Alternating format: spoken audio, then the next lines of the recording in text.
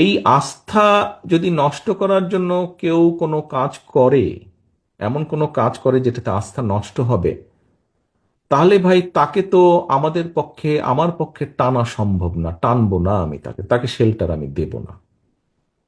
এখানে দলকে স্বার্থপর হতেই হবে।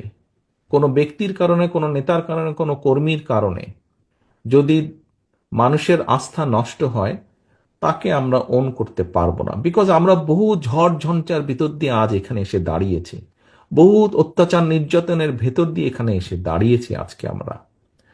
কাজেই আমাদের পক্ষে আর সম্ভব না যে কেউ নিজের বিষয়, নিজের স্বার্থ নিয়ে এমন কিছু করবে যেটা দলের স্বার্থকে আঘাত করবে, ক্ষতিগ্রস্ত করবে।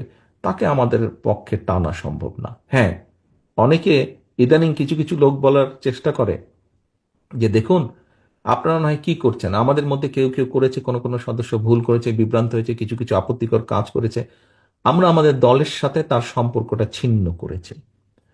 এতে কি হবে কেউ কেউ বলে, এতে কি হবে সেটা হচ্ছে পরের ব্যাপার। কিন্তু আমি আমার অবস্থান পরিষ্কার করেছি। হ্যাঁ, হয়তো সবগুলা ব্যাপার আমরা এরকম আরো কেউ কেউ করছে, আমরা হয়তো সবগুলা ব্যাপার অ্যাড্রেস করতে পারছি না। যতটুকু আমরা জানছি আমরা সাথে সাথে ব্যবস্থা গ্রহণ করছি, যখন যেটা জানবো ব্যবস্থা গ্রহণ করছি, আমাদের অবস্থান পরিষ্কার করছি।